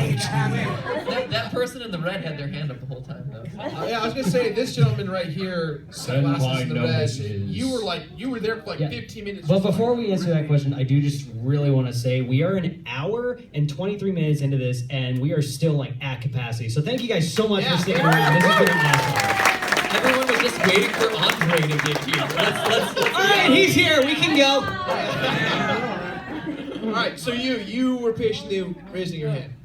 Yeah, so, It's like, yeah, I was. You just sit this way. It's not weird, okay? I just felt bad because you just were like, You may now ask your question. We'll stop cutting you off. go. so, I like to do a lot of, interactive videos and, have a lot of, use a lot of annotations and, just kind of engage people in that way. But with cards, that's slowly going away, and even with like in slates, and as you were saying, with suggesting videos for people to watch next, as that kind of transitions fully into cards, have you thought about kind of your how you would adjust to some of those changes? I think a big thing is anything that relies on YouTube's technical system, don't rely on that because it most likely will change like tomorrow. That thing changes all the time. So it's really dangerous to rely on that kind of stuff like for your videos. That's my thoughts. Yeah, one of the things I actually just had this conversation about with end cards. I think it's now becoming a thing where people just completely ignore them. It's like, I figured out that once it hits the book, once the YouTube handbook says, everybody do this, that's when it starts failing, because it was these end cards or the, click here or like this or all these kinds of stuff. These were things that like people kind of did and they kind of naturally grew into a thing, but then once it became like the norm to do it. Yeah, like cards are like those things on TV where you're watching your show and then that bottom thing comes up like Buddy Cops on at 7. And it was just like, I don't want to see that. Yeah. But yeah, so so I think it's always like I said, you gotta be careful with technology, but just also just trying to think of creative ways to engage with your audience. And if you can come up with something that's unique, that doesn't rely on the technology, that relies on the video itself or on you, that's always a plus. Well, Matt, I'm sure you've done a ton of research about this, about cards versus annotations. What's your input on it? So first off, I have strong suspicion to believe that annotations will be going away, solely replaced with just cards and also like a more templatized end slate that is, say like a set amount of time that you can then point to, but like that's the only time that annotations will work. So you're right, like you have to kind of adjust on the fly. First off with cards, with that being said, with cards, right now, audiences don't know they exist and what they do, right? And so we've run tests where it's like, hey, there's a button in the upper right-hand corner of this video. If you click it, there are other videos that you will probably want to watch. Just by letting people know that they exist, you will get significantly more clicks. It seems simple, right? To just be like, hey, you've watched all my other videos, there's a button here. But people who don't know who you are or seeing it for the first time, you have to remind them, there is a button that will show you more videos. Yeah. And just you telling them is going to make them do it. Or at least make them think, oh yeah, I probably should watch more of that. And everyone up here is right about like how end cards see diminishing returns, especially now that they've become a more prevalent thing on YouTube. But that being said, on Game Theorists, like our click-through rates are still really good, and the reason why is because you have to think of end card calls to action as an extension of your content, right? Like so many people at this point just throw up their end slate. Here's my pre-established graphic. Click here to watch another video and click here to subscribe to the channel. And I love the ones that have like 30 things. And I'm just like, what do I even do right now? Well, and then it goes to the end. decision fatigue. And then it goes to the end, you're just like, well, I guess I'm doing nothing. Right.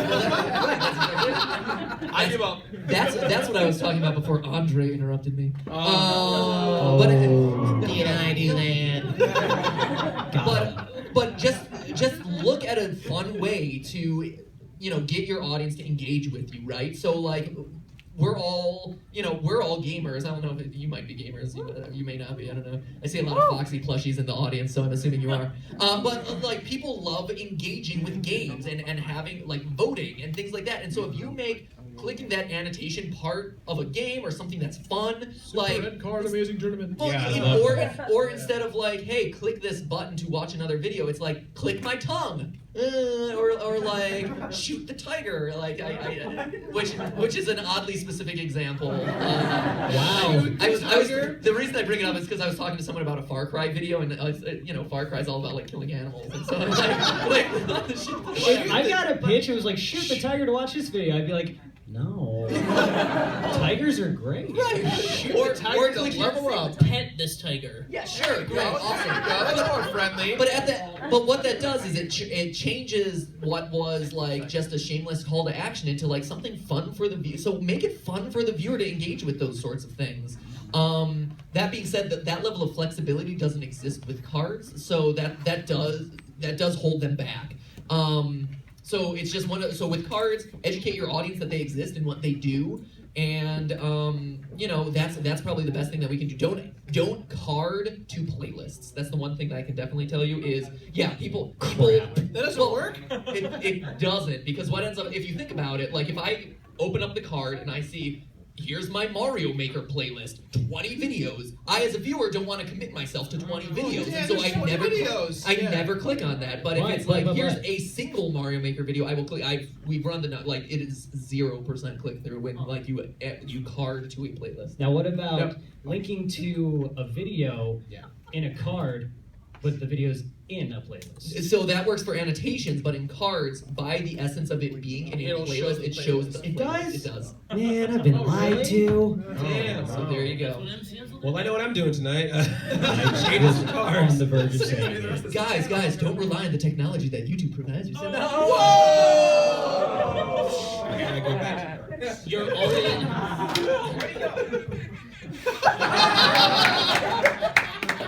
We have been got. The horde will never die. You are always learning. Don't be ashamed of learning too.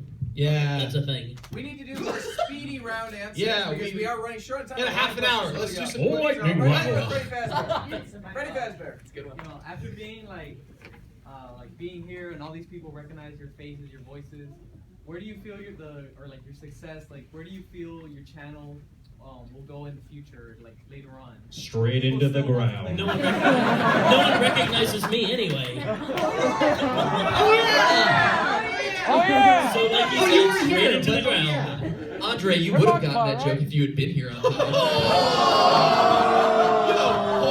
Hold on. Sorry, I guess you're not Instead of hanging out with Lori Beth Denberg. YouTubers are friends, everybody. YouTubers are friends. We're all friends. We're one big community. Love, I mean, to be happiness. fair, There you go. we were singing "I'm the Dude" with Kel Mitchell for what, like 15 minutes? I'm a dude. I'm a dude. Yeah. Once again. Hey. Where were you guys an hour ago? It's like we were here. Oh, you missed. Oh yeah, well I like. So the grape question is, where do we see ourselves going? Is that the question? Yeah. I guess I'll go first. I don't want to be stuck completing games my whole life. That's something that, like, it's unfortunate that my channel is based on completing games because no one will watch anything else besides that for my channel, which means I'm just going to be forever stuck in the loop until I find something that's just as captivating. I have a show called Defend It, where I defend games from the internet of just having bad reputations. And I brought it back in a scheduled manner for the first time since I invented the show. And that show is already on track to do just as good as The Completionist. Nice. So I'm learning with MatPat's true guidance, I am learning that there are ways to to still do what you do familiarly and change ways for people to get you into new content. I'm also producing an album that's coming out at the end of November that this guy's on. Yeah, cool, because I'm a storyteller. I went to school for film and theater, and in the means that I've created of YouTube and completing a game, I can only tell so many stories that aren't my own, and so I want to start getting the idea of producing music videos or short films. I really want to do like video game adaptations of vignettes from scenes from games, and I can't do that if I'm stuck in the complete cycle. So I definitely have big aspirations, and I'm hoping that as my audience changes with me, they'll adapt to it. Because at this rate, everyone just wants me to be a good little completionist. Yeah, for myself, and I feel like this probably applies to the Random Encounters guys too, is right now we're more or less making a job out of building our portfolio as musicians. Like, it's something we get to do. It's a great creative outlet. It's music that people like to take in and stuff. And 5 years from now, if we want to approach, like, for me, a big thing I want to do down the road is video game composition, which is something I've been looking into a little bit more, which is a ton of fun. And I can take my channel and I can be like, hey, I want to make music for your game. Also, hundreds of millions of people have, listened to my music, so I think I kind of know what I'm doing. But it's really something, it's cool to be able to take this, and even like doing it now, if it's through like paid campaigns, or I know you get to work with a lot of cool people, you get to be like, this is what I do, and I have a following in it, and it's what I love, and I get to take it to the people that like it's about. So that's my thoughts. For us, like the big thing for us is it was announced earlier last week, 2 weeks ago, that our next big initiative is people who know the channel and have seen all our videos. We did a sub-series called Reality Check, where it was me and a handful of other gamers going out and basically learning about the real-life equivalents of video game scenarios. Right, so we trained with the LA SWAT team to replicate Rainbow Six, the shooter game, and where you play as a SWAT team. I did one on another channel that was all about a Star Fox and dogfighting, and aerial dogfighting. So I got in a plane, and I did flips and loops and barrel rolls, and aileron rolls. Yes, and called them the right thing, which I told Nintendo they should do for the new Star Fox, and they're still not going to do it. But you gotta hear Peppy go, do a barrel roll. He can say that, but then they should throw in an Easter egg where someone's like, don't you mean an aileron roll? And that's it. That's all they need to do. Whatever. Anyway, not bitter. But anyway, so that series is coming back on a regular basis in partnership with YouTube as part of their kind of like YouTube Red initiative. So that obviously throwing 5 gamers into a stunt airplane is pretty expensive, and we've only been able to do it in partnership with brands in the past. But now with YouTube's partnership, what we're able to do is provide that series without it being branded. And basically it's like, hey, you want to see what a real life Five Nights at Freddy's would look like with real animatronics? Here you go. Hey, you want to see gamers? Yo, on the real, if you do that, I'm so in. Right? I'm so in. Hey, you want to survive a night in an asylum like you do in like Outlast or whatever? There you go. You want to see Skydo's Minecraft get thrown into a real life diamond mine and like get a pickaxe in his hand? There you go. But this all just sounds dangerous. Oh, absolutely. Y'all ready to fight Bonnie and Chica? Let's go. But the coolest thing about it, which is what I'm really excited about, is like what makes this different is one of my goals with the show, and especially now that it's with YouTube helping out with the production of it, is I wanted to figure out a way that the fans of the channel could be a part of this, right? And so it's like, yeah, it's cool to watch me and you guys and other gamers like do these experiences, but I wanted the viewers to actually be a part of that too and hang out with their favorite YouTubers. And so each episode will come with a partner episode that is like a 5 to 7 minute VR 360 experience, where now all of a sudden it's like you can take your phone and now you're in the plane next to us, looking around as you're doing like barrel rolls, or like now you are at Five Nights at Freddy's. Here's Nate as the security guard, and here's them, and there's Springtrap like jumping out in front of you, like right in your face in a VR experience. And so it's a way, like my aspiration is always, and this the future of the channel, my aspiration is always, how can I continue to get people excited about overthinking video games, movies, TV, and just the world around them, and how do you get people excited about learning and about just like thinking and analyzing stuff.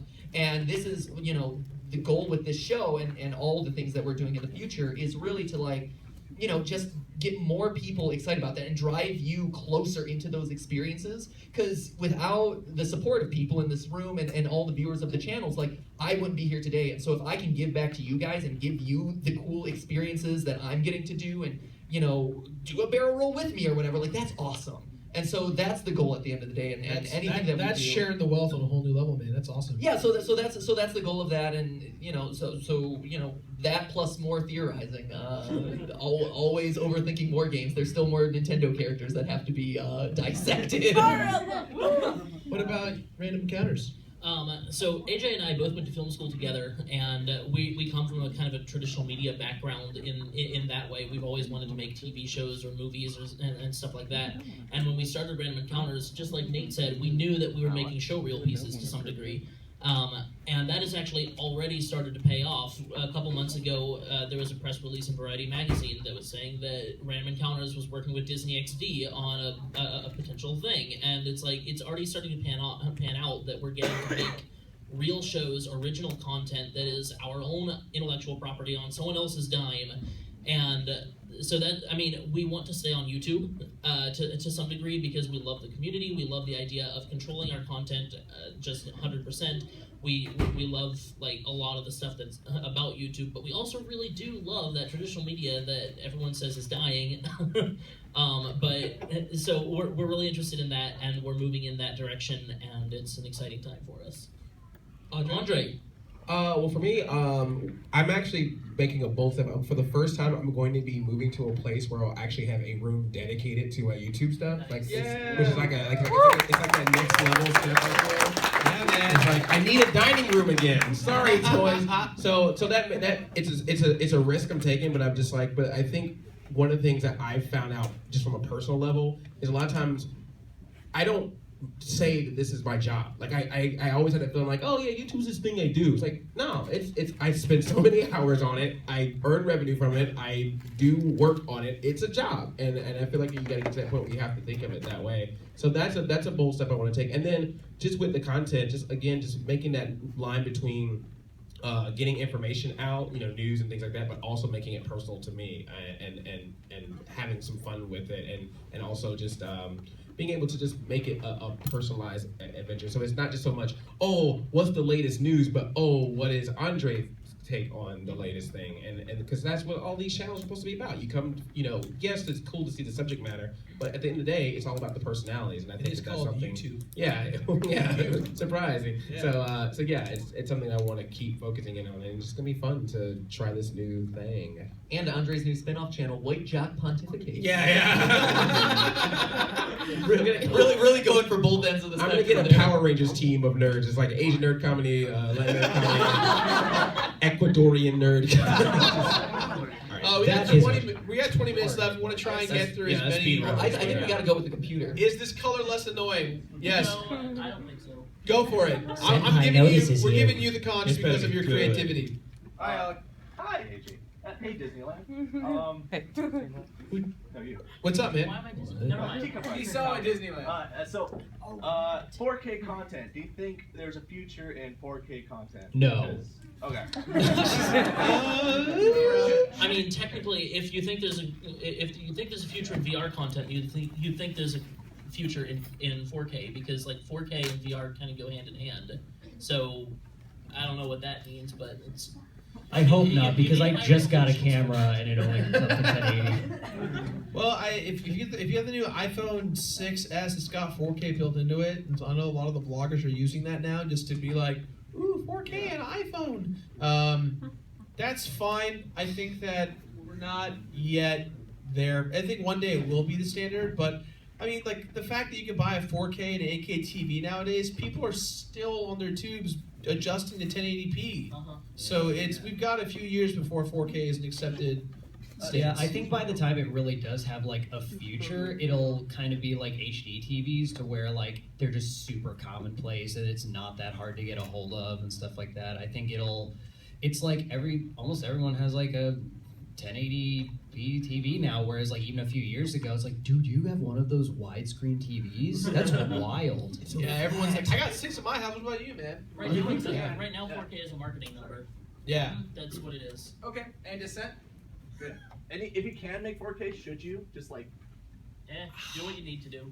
I mean, It doesn't matter. half the U.S. is still on dial-up, so if you're that's a real stat. Half the U.S. is still on dial-up. So if they're, which is not even a meg, it's 56 kilobytes. Yeah. So they can barely watch a video in 480i or even 356i or whatever it is. Yeah, I think unless like you own a personal like cinematic theater, I don't really see much use for YouTube in 4K. Matt really wants to eat. No. I was just gonna say it's all about weighing the pros and cons, right? Like because for me, like editing in 4K takes a lot of time because that's a lot of processing power, and that processing power, is eating into time that I could produce more videos in a lower resolution, right? In 1080, which again, as everyone's saying, is if I'm watching a video that is literally right in front of my face, like I don't need 4K quality. Like it's literally right here on my laptop.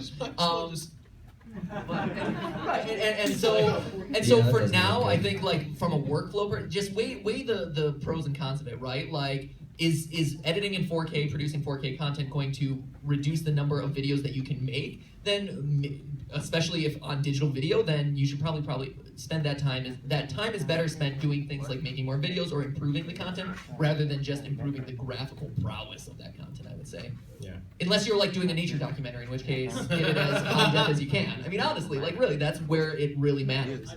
I want to watch a praying mantis eat a leaf. Like it's like what you want to watch in 4K. Yeah, I saw this documentary, and it wasn't really a documentary. It was super edited up, and it was like some kind of like little mini elephant shrew, and it looked so great. I was just like, this is what I want 4K for. It's tiny fuzzy animals. If Planet Earth on 4K, man, it's just like all for days. If they make 4K cat videos, I am in. We got a lot of questions here, and probably Whoa, a minute. is that us like? Yeah, we should probably. We're doing it in the dark. Whatever. Shut down this place. We got 15. Lightning round. Dr. Mario. Go. My question is, how do you decide on what basis the content is so bright. How do we decide? Put out content? Is that your question? Is it like a public basis or personal basis? Like, how do you know your viewers want to see that? I think it's a mix and mash. Balance of the two. Yeah. You have to want to do it, and people should enjoy it. Yep. Listen to your audience and listen to yourself. Next question. It's a bad. Real quick. If you in the black and you're right here with your phone all the time. Yes, go ahead. So I use the Turtle Beach X12, which is really old, and it makes this air conditioning sound whenever I record. How do you fix that? Turn the AC off. I don't have an AC on. Isotope RX. Look it up. IZOTOPE RX. Look it up. It'll fix everything. Thank you, Vive. That's the sound bending stuff for those microphones. Turtle Beaches is really bad because they're meant to amplify sound. So that at that point it's like switch to the Yeti, obviously, or something like that. My problem is it picks up too much. Yeah, it is a problem. It is a problem. You'll find a way to do it though. Geek Squad. We believe in you. Lady in the back. I have a simple question. Will we get to take pictures with you guys? Well, you have a chance to take pictures. Not in here.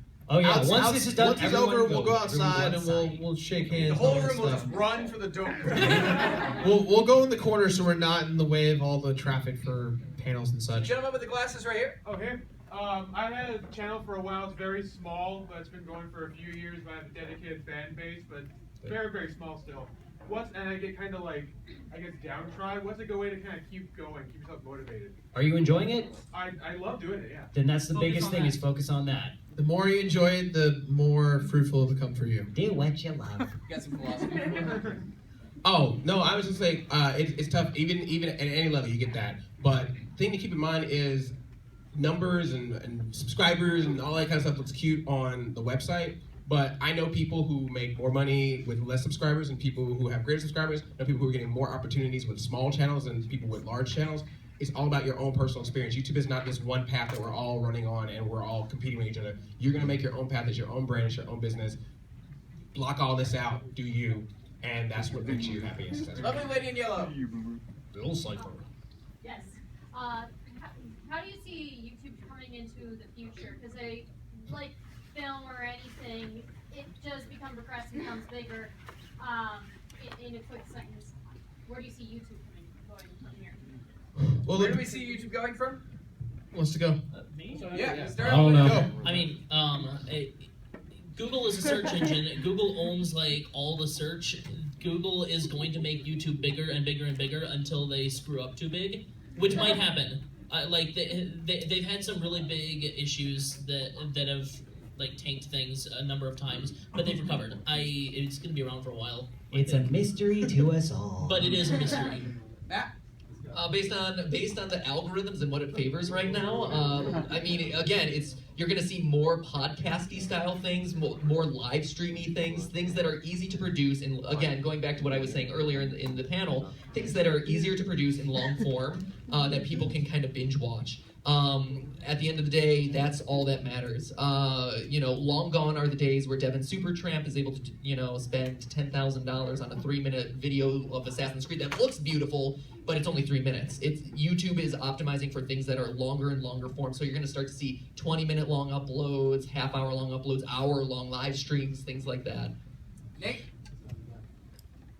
What he said. I'm gonna say syndication based on television. I think television's really gonna start embracing it and say bye-bye to Hulu and your premium services, and just go, hey, you know what? You can watch all that on YouTube, like whatever it is. I think that's where TV is going, because TV is getting their butts whooped by us, and they're trying to catch up by creating new shows that don't work out well. So eventually they're just going to be like, hey, remember Rugrats? It's now on YouTube. Hey, remember Rocket's Modern Life? It's now on YouTube. That kind of thing. Andre? I think we're going to see a separation of the YouTube community, and you're going to start seeing and we're already seeing already, of just people who have these sort of groups, and there are going to be channels that cross between those groups, but you're going to have these different communities that are going to be much stronger and much loyal to those creators. And also, that's it. Well, we just got the panels basically over. Yes. But guys, thank you so much. We hope you learned a lot about YouTube today. Or nothing at all. Enjoy the rest of your Comikaze.